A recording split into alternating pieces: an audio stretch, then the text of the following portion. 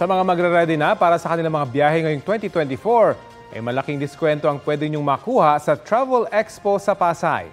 May ulat on the spot si Bernadette Reyes. Bernadette!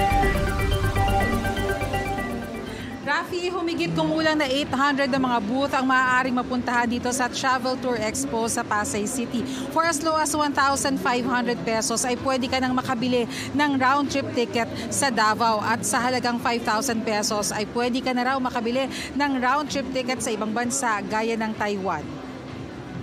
Kailangan lang ay dumating ka ng handa kapag ka pupunta dito. Halimbawa, dapat alam nyo na ang date of travel at kung ilan ang kasamang babiyahe. Mas maagang darating, mas mainam. Ayon kay Tourism Secretary Cristina Frasco, bukod sa mga dinarayo ng mga turista ngayon, layon din ng Expo na i-promote ang mga lesser-known destinations sa Pilipinas sa pakikipagtulungan ng mga local government units gaya sa Davao, Calabarzon, Bicol, Sorsogon, maging sa Western Visayas gaya ng Iloilo at Negros Occidental.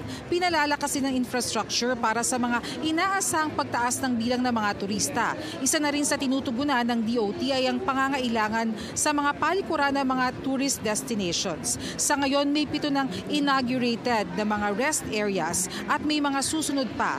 Tatagal ang Travel Tour Expo hanggang February 4. Rafi, para sa mga pupunta dito, baka meron kayong pinaplanong biyahe ni Maris ay bukas ang Travel Expo hanggang alas 8 ng gabi at tatagal hanggang sa araw ng Linggo. Rafi?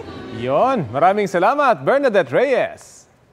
Kapuso, alamin ang maiinit na balita. Bisitahin at mag-subscribe sa GMA Integrated News sa YouTube. Sa mga kapuso abroad, samahan nyo kami sa GMA Pinoy TV at sa www.gmanews.tv.